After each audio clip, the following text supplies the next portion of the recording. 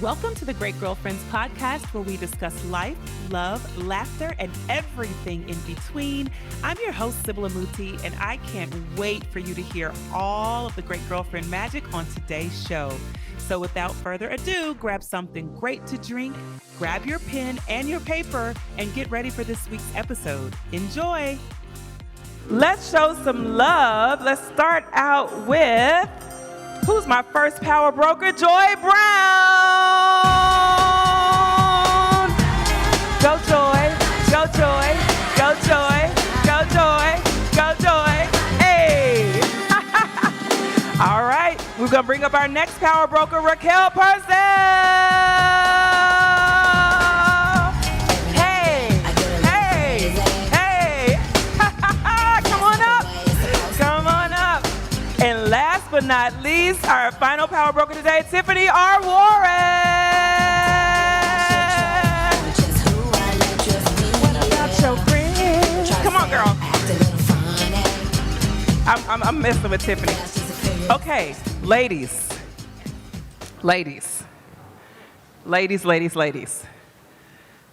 Let's talk, because I know it ain't easy, but you have realized that it's not easy, but it's essential to sit in the rooms and the stations and the meetings after the meetings and the texts before the meetings and the emails. You've also learned how to type it and delete, right? Who does it? Because I know I do. And then retype it and then breathe. You've also learned how to navigate the demand of travel, rigorous expectations, being pressed to do things that other people may not be asked to do. You've also navigated motherhood along the way. How do we hold down families and balancing life while we're lifing and working? How do we make it all come together? I want to know some of the secret sauce. Who thinks they got the secret sauce?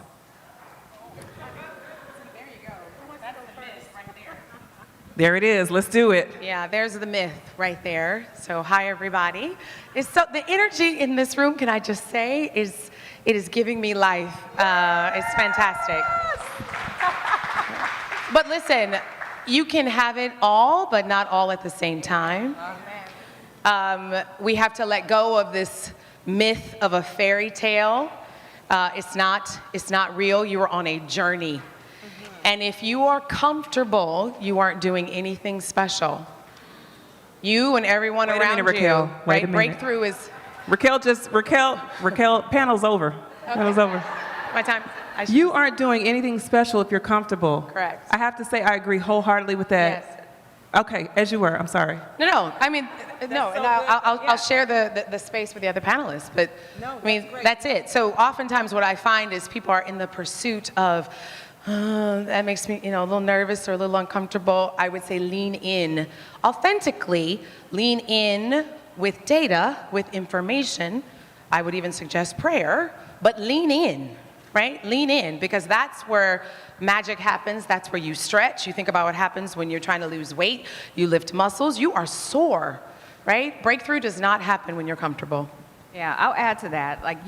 Everyone knows the saying that nothing comes out of comfort zones, and I wholeheartedly agree with you. When we walk in our authenticity, which is what we're talking about today, is that it's so easy to get comfortable with what we know, right? You do what you know. You can be here with your friends and stick to the women you know, but the challenge is showing up in a space that is not comfortable, something that's foreign to you, and being authentically yourself. What we have to really do when we talk about lean in, we need to lean in on ourselves and understand that each individual woman in here, we all have value, we all have a point of view, and we all matter. And so it's just a matter of connecting with other great girlfriends or other corporations or someone within your organization that can be your advocate, who could be your sponsor, who also sees your value. And when you can walk into this space and someone knows your name before you walk in there, then you know that you've conquered coming out of your comfort zone. That's so good. Tiffany said, amen. I want to really quickly highlight that L'Oreal here, we've got Rahquel, who is really taking that space and really owning it from a beauty perspective, making sure that we're represented right? And I think that is so important. Yes. We have got to clap it. Representation Matters. you can't get any more. And I'm going to go around to why representation is so important. Then Joy, we're going to talk about your leap because Joy, I know you were in the music industry for a couple of turns around the sun. Yes. And represented major artists, and you navigated and went into very high ranks in the music industry, and you have now taken a corporate leap, which we're like, how do you do that? How do you know when it's time? And then Tiffany is the founder of AdColor, which is diversity, representation, and advertising, in addition to being an executive in diversity and inclusion at Sony Music. So when you talk about having it all, not all at once, and prioritizing the mission, I couldn't think of 3 women who really have reflected how they are able to navigate those corridors, which can be ugly. And I want to get into the loneliness part of it, because sometimes we want camaraderie and it's not always there. Who wants to talk about being the only one and being, okay, Tiffany said, I got this. I'll take it. Let's go, Tiff. Because I've literally been the only one since I was, 2.5 and entered the educational system.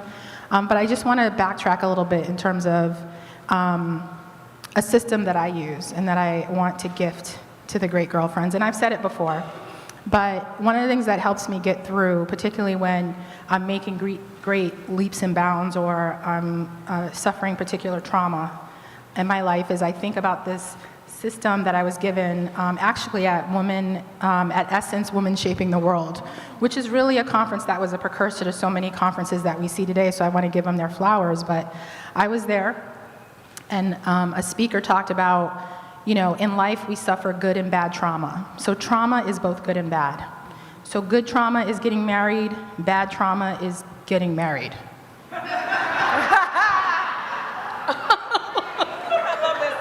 It's true. Good trauma is having a baby, bad trauma is what? Having a baby. So you identify the trauma, whether it's good or bad, and then the second step that you take is what life was and what it is because of that good or bad trauma. And most people get stuck between what is and what was. And you have to make that leap really quickly to what is. Because if you stick in what was, then you're going to be in pretty much a trauma circle for a long time. And then the third part is really the valley, and that's where I learned most of my lessons. And I've said this publicly, but I had a starter marriage. That's another panel. And that was a good and bad trauma. And the valley for me wasn't 3 minutes or 5 minutes, it was 3 years of working on myself before I got back out there. So the valley that you go through can last for a very long time, and you don't question it, but you have to go through it, because most valleys you do have to go through. And then finally there's the breakthrough. And the breakthrough is the best part, because for me, when I was going through my divorce, I had court in the morning, and then I had committee meetings in the afternoon to start AdColor. I was doing it on the same day. And so my breakthrough came the same time I was walking through my valley. I was like, how is that even possible?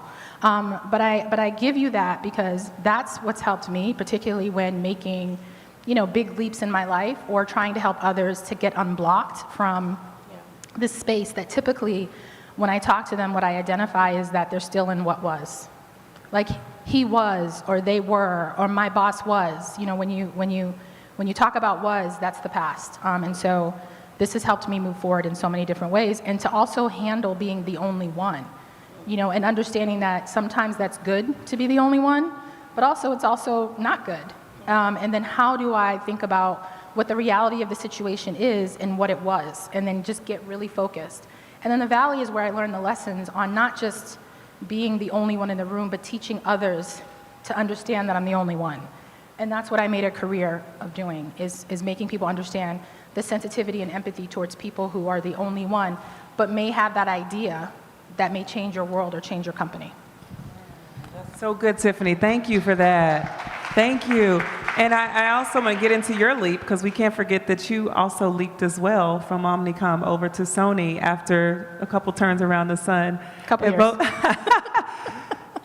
Yes, go for it. I would love to build on the discussion about being lonely, and also encourage people to be comfortable with a level of vulnerability, right? Because oftentimes you feel alone, you're being private, you are suffering inward, And the more you are willing authentically to engage and reach out and connect and share, it's like many things, right? You find, well, there are a lot of people that are dealing with whatever, right? It opens doors, it creates access, it creates connections and relationships.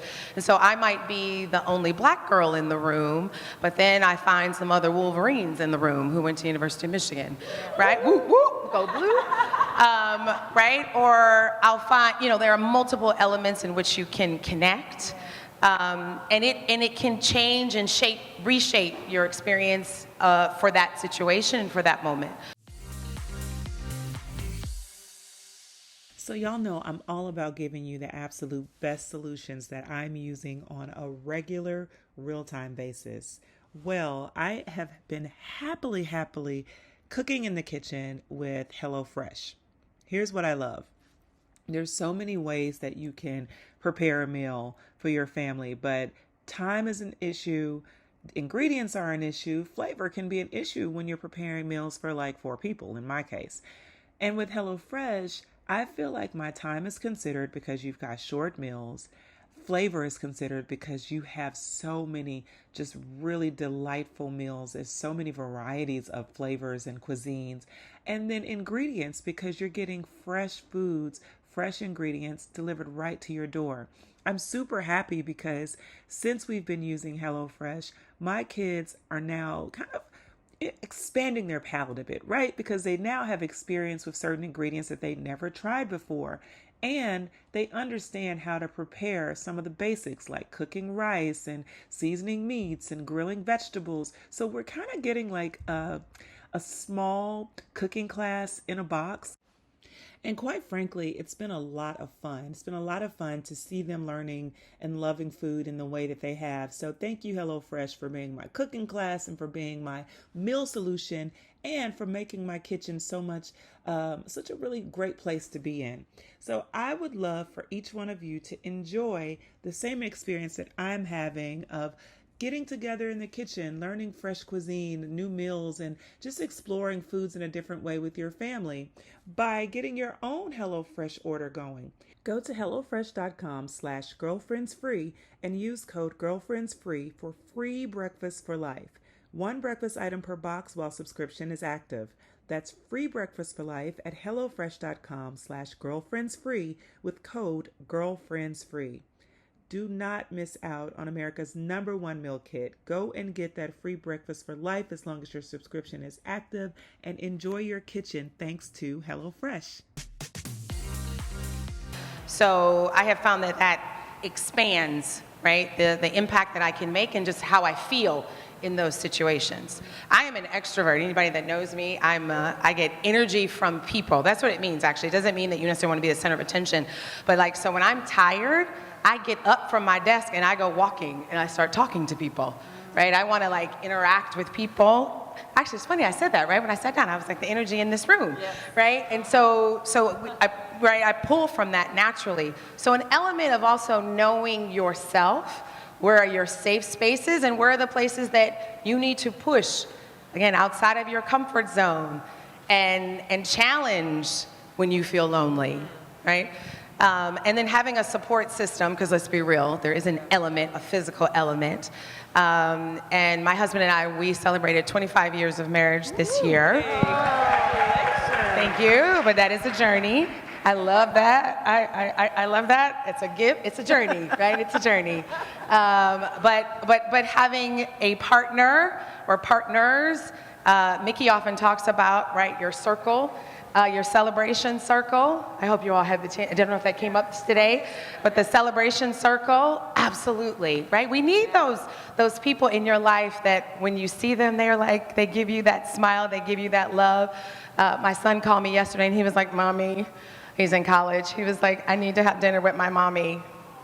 Right? Everybody needs that, no matter what. He's this big, brawly, 6'2", right? But everyone needs that. So lean into that. It's okay, right? That level of vulnerability, we don't have to walk around and have all the answers and be tough. And actually what I find is people connect to you better, easier when you're real. I want to add on to that too, the loneliness and the connecting. When you, especially if you're an entrepreneur, which I assume some of you in here are, it can be really lonely when you start your business, right? Yeah. You're gonna have people who are gonna wait to see if you fail, or you're gonna have moments when you don't even believe in yourself that you can do it, right? There have been times when I started Culture Creators, I was like, this sounds good, but this is a lot of work. You know, am I cut for this? You know, am I going to be willing to walk into any room and be able to talk about it and then understand that my job, my day job, my corporate job is not, they're not fans of it. So how do I operate? And what I found is that there is a gift to loneliness at times, because no one is going to see your vision but you. And if you keep yourself busy, if you keep yourself listening to outside sources, you're going to lose your vision. And no one's going to love your baby, if you're mothers, the way you're going to love your baby. You can hire as many people as you want. You can have as many teams and agencies work for you want, but no one is going to drive it. So when you're in those moments where you feel lonely, you have to keep your eye on the prize and say, what am I doing this for? You know, and then again, you talk about your celebration circle. Very, very important. Very important. Not to say that, you stay in loneliness, but when you come out of it, lean in on your friends who are there. I had to apologize to my friends. I said, you know what? I know I have not been present the way I normally am. Please forgive me. Even my family, because it takes sacrifice to build a business. There are lonely times, there are late nights, you're burning, especially if you're working in corporate America and then you leave corporate America and you start your passion project. You are up, Tiffany, you're up all the time. You don't have time to go out and hang out with your friends. You're going to miss this event. You can't do that event. You can't show up because you're busy doing your vision. And it's lonely at times. Yeah. But I would say, keep pressing through those moments, because on the other side of that is success. The other side of that is celebration. The other side of that is you get through that valley that you have to go through and climb that mountain, and you look back and you say, this is what it was all for. Yes. But I also wanted to, who's an introvert in here? Introverts, love you. I see you.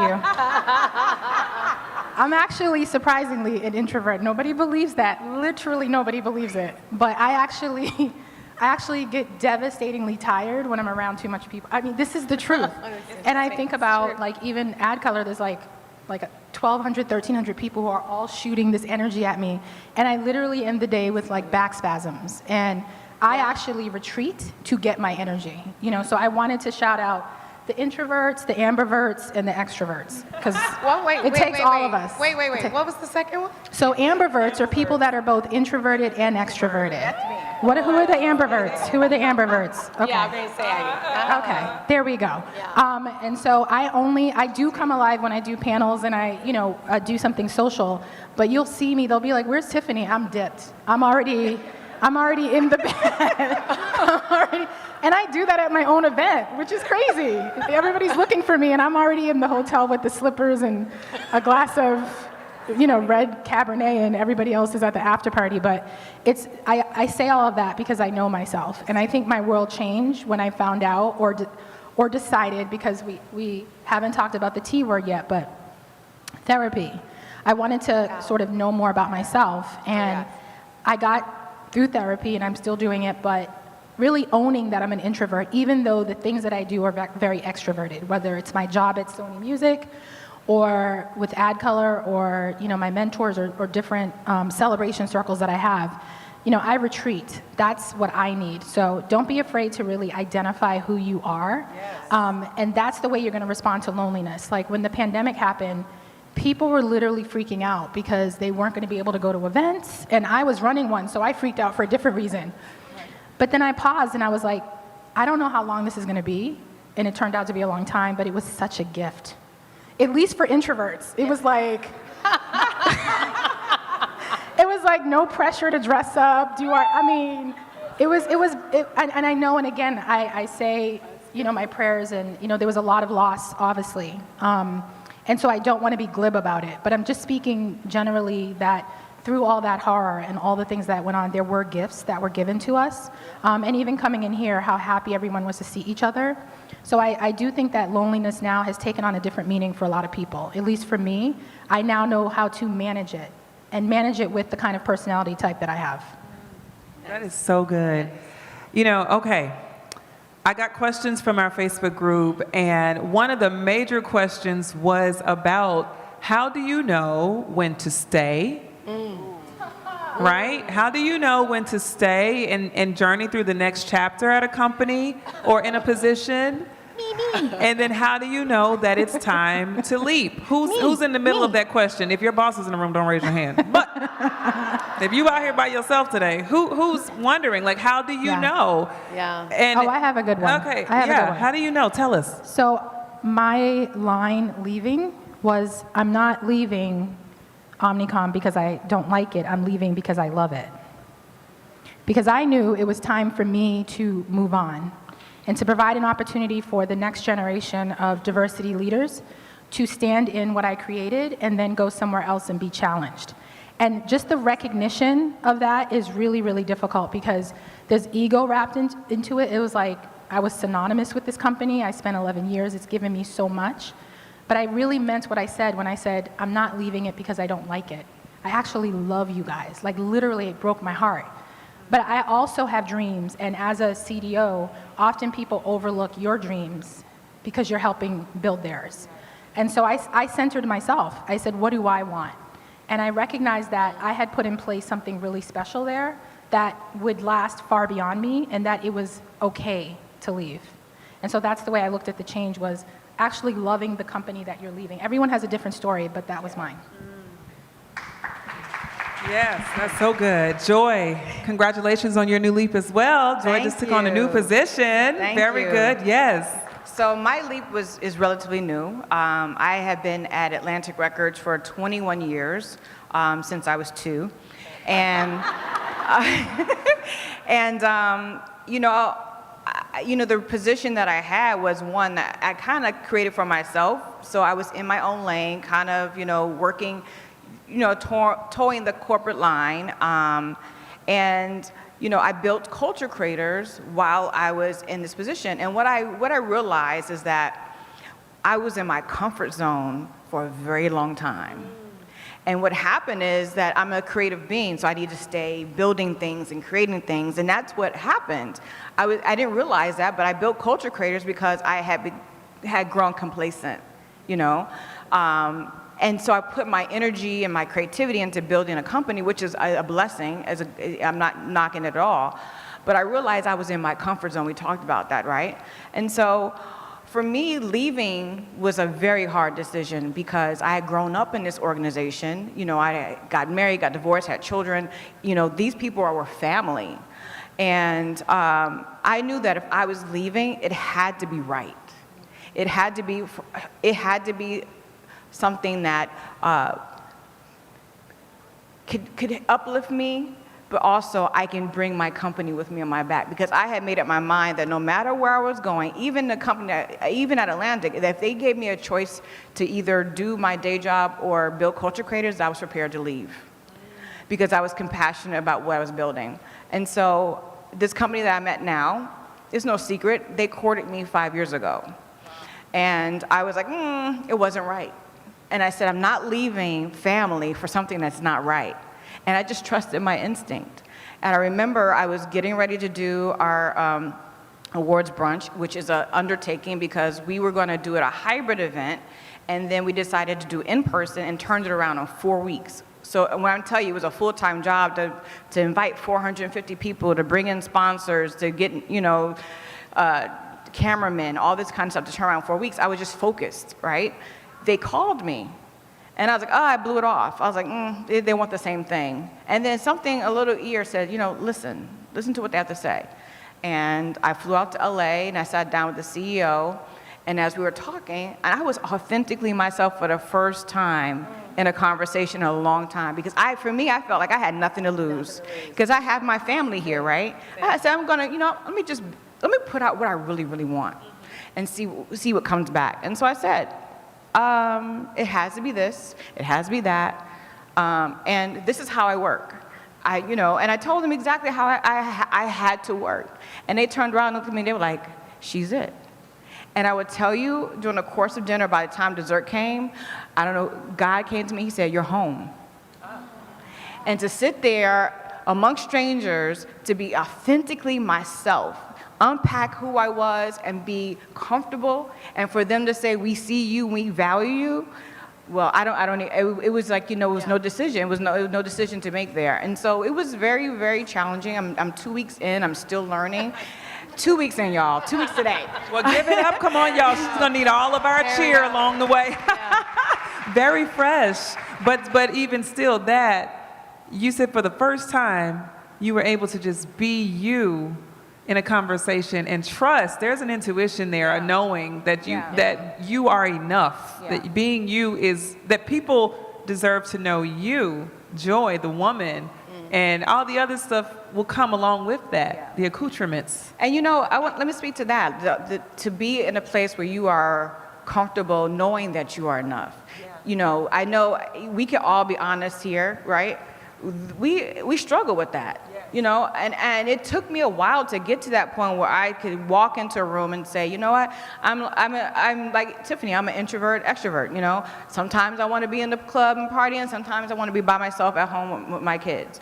And so I accept that that's just who I am. And that's my journey, and understanding that that's who I am, I can walk into a room and know accordingly what I need to do, right?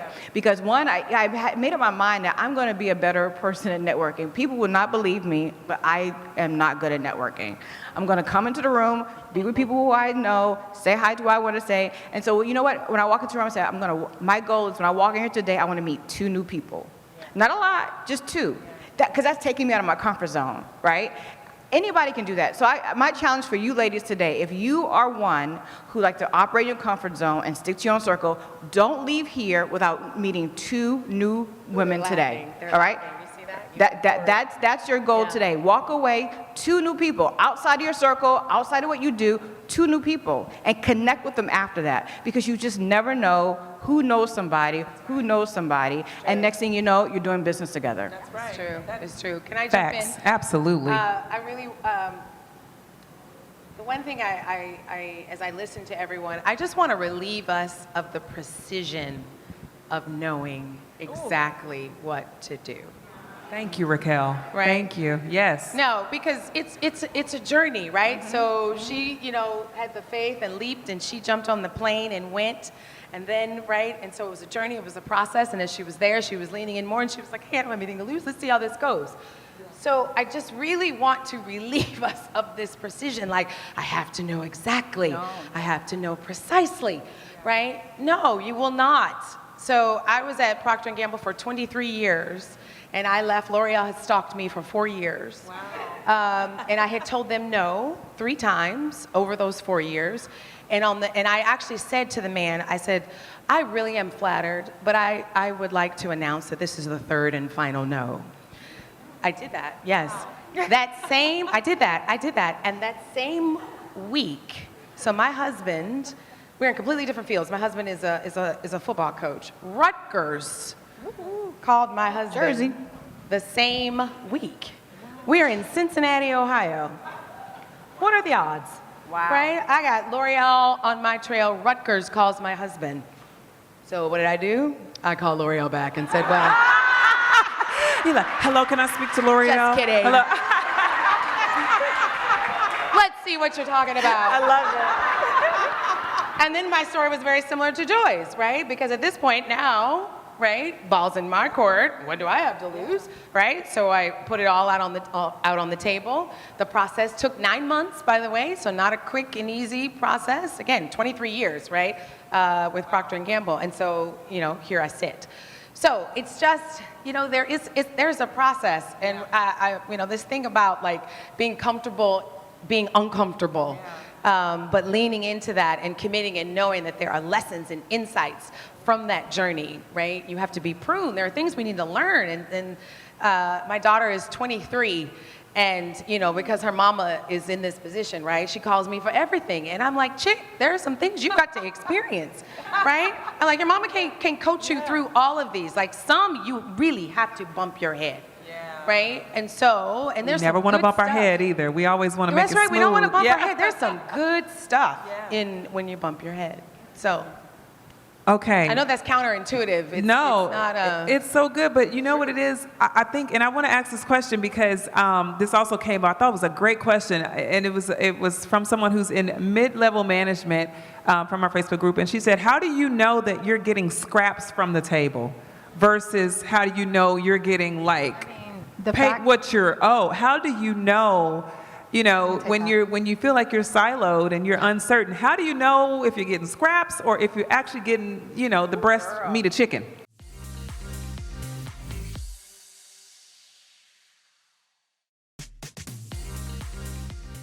Well, the fact that you're asking that, I think you know. If you have to ask that. You have to ask. I'm just, that's just No. what, like, because I asked that question for a while, right? But I will say only because, you know, when you think about certain positions, one thing that we don't do enough of is we don't, like, open up or remove the screen. You know, I think about the Wizard of Oz when they pulled the screen and he was managing all the different levels, whether it was Richard Pryor or I don't remember the guy in the original. But the point is that once we reveal what's behind the scenes, we go further faster. And I just saw Gabrielle Union talk about her book and how she got underpaid constantly on movies. And when she finally spoke to Taraji and other actresses, and Taraji was like, well, I got $4 million, and Gabrielle was like, what? And then now she's up there because people were afraid to have that conversation because of pride. You know, pride is one of those things where it comes up in terms of that whole scrap mentality with the young women and even men that I coach. You know, sometimes I coach knowing that I may not benefit from what I'm saying, but at least I can, because I'm in a moment, I can coach somebody else. Because when I was coaching at some point in my career, I wasn't in the space that I was coaching about, if that makes sense. But I wanted to coach and say, hey, I can't get out of this situation right now, but these are the things that I've learned for you to go further. And I think most people are uncomfortable with that authenticity and that transparency. I have constant conversations with, you know, my girlfriends and my guy friends who are moving and doing their thing and wanting to know the steps. One of the things that I said, which I thought everybody did, was have an employment lawyer at a certain point. You actually put me on to that, Yeah. by the way. I didn't know. Tiffany was like, well, so-and-so needs an employment. I'm like, employment lawyer? Excuse me, what is that? I did not know, and I shared that. Because at a certain point, you want to stop negotiating. You want to tell someone what you want, and then you want to just focus on being the candidate. So once that offer is made, That's really good. once that offer is made, I don't want to necessarily go back and forth about money. You're already teaching them how to treat you by putting someone between you and that offer and that company. So the so the next offer you get, even one that, you know, you talk about the person was middle management, it's never too early to get an employment lawyer. I've had one since, well, different ones, but I've had one since 2005 when I first came to New York because I thought, ooh, not 2005, I'm sorry, 1999. Ooh, coming to New York, ooh, it's big time. I got to get an employment lawyer. I don't know why I had that in my head, but I'm so glad I did. Wow. I love that. I love that. Yeah. Yeah. But in that early job, they negotiated like vacation, and the bonus was like $2,000, but it was the most money I ever got in one check. And then they took the taxes away, and I just remember showing my mom and just being so proud. I'm like, I got this bonus. And that was 1999. I mean, obviously it's different now. Thank you, Jesus. But no, I've had an employment lawyer since 99. So it's just something to think about. Oh, that's such a gift. And I want to add to that, like, definitely get an employment lawyer. Don't be afraid to ask. You know, someone told me a long time ago, it's in books, you know, when someone makes an offer, we negotiate, right? When someone makes you an offer, you never take the first number they give you, right? You say, oh, can I digest that and get back to you?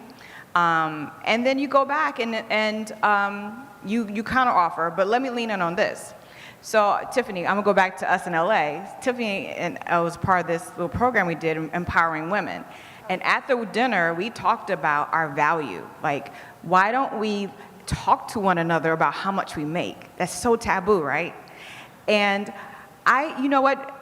In our business, especially in music, everyone keeps that so hush-hush because you could be a senior VP making buku dollars of money, and you have a senior VP over here who's making way less, right? But if you don't know what this person is making, and you guys aren't talking, you don't know what to ask for, right? So fast forward to my new gig. I said, let me put to practice what I've been preaching. So when they made me an offer, and no, it's no secret, I'm at ICM Partners, I called Justina, who is at a competitive agency. I said, hey sis, I need to talk to you real quick. I said, confidentially, I'm leaning on sisterhood. I said, they're making me an offer. I don't even know this business. What should I look for? And she leaned in. Make sure they offer you this. Make sure don't you walk away with this. They should be paying you this. And that's how sisters should be working together. Yes. We have to get over this thing that I'm holding back what I'm making. This is mine. You can't do it. Because that's not how we're going to collectively win. Because I know when I walk in ICM as a head of strategic partnerships, when I sunset, there's sure going to be a sister right behind me taking my seat, and she needs to know what to ask for. And that's our responsibility as women to one another. Okay, yes. Also, make sure, just really quickly, ask for stocks, both cash and there's other, just ask for all that. Ask for stock. stock. Talk to me Yep. out. Stock, yes, absolutely. Stocks, Absolutely. they appreciate. Sure. It's more important, actually. It's more important than money. I said, am I on a partnership track? That was mine. Like, okay, stocks, great. but I want a partnership. So let me know if I'm on a partnership track. That was. Know what matters to you. Yes. And again, don't be afraid to ask. I'm gonna tell you, I slept on so much money that I was too afraid to ask. I'm ashamed to say it, but I'm gonna tell you the truth because we're here. I have lost out on a lot of money because I was afraid of what I was gonna come back. I should have asked because you just never know until you ask. The worst thing they can say is no. Yes. Right? And then also, you got your money, you're where you are. But if you don't ask, you don't get. Let's say closed mouths don't get fed. Yes. Don't be afraid to ask what you're worth. But also, what is your walk-away number?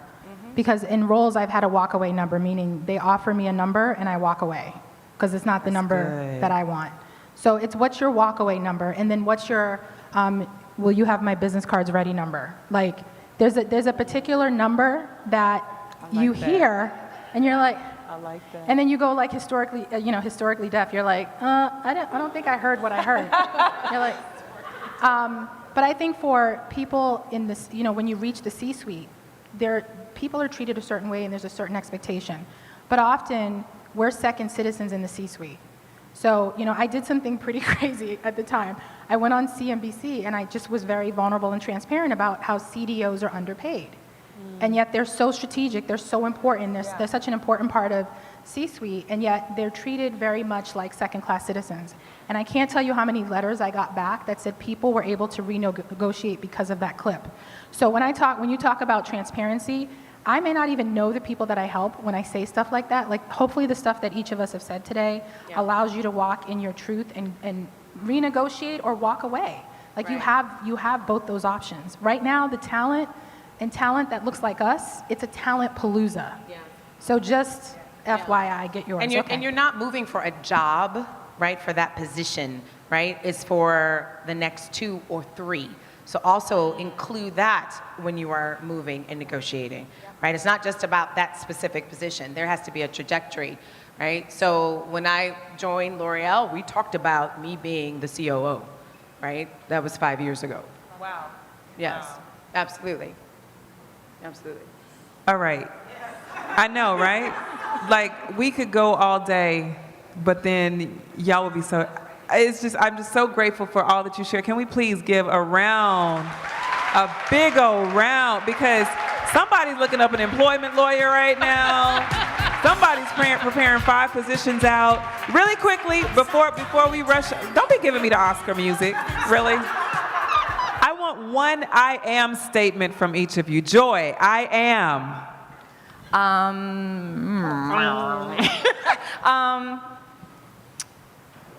I'm powerful. I love it. I'm powerful. Rahquel, I am. I am blessed. Yes, you are. I am blessed. Tiffany, I am. I mean, just what's going on with me recently, I'll just say I am healthy. Yes, yes. Thank you, ladies. All right, now we can clap it up, clap it up, clap it up. All right, great girlfriends. Did you enjoy this week's episode of the podcast? If so, would you please give us your amazing review on iTunes? Every single review helps another great girlfriend get plugged into the podcast and the community. Speaking of community, make sure you join our Facebook group at The Great Girlfriends, follow us on Instagram at The Great Girlfriends, and on Twitter at @the_great GFS. I'm Sybil Amuti, and I'm out. Peace.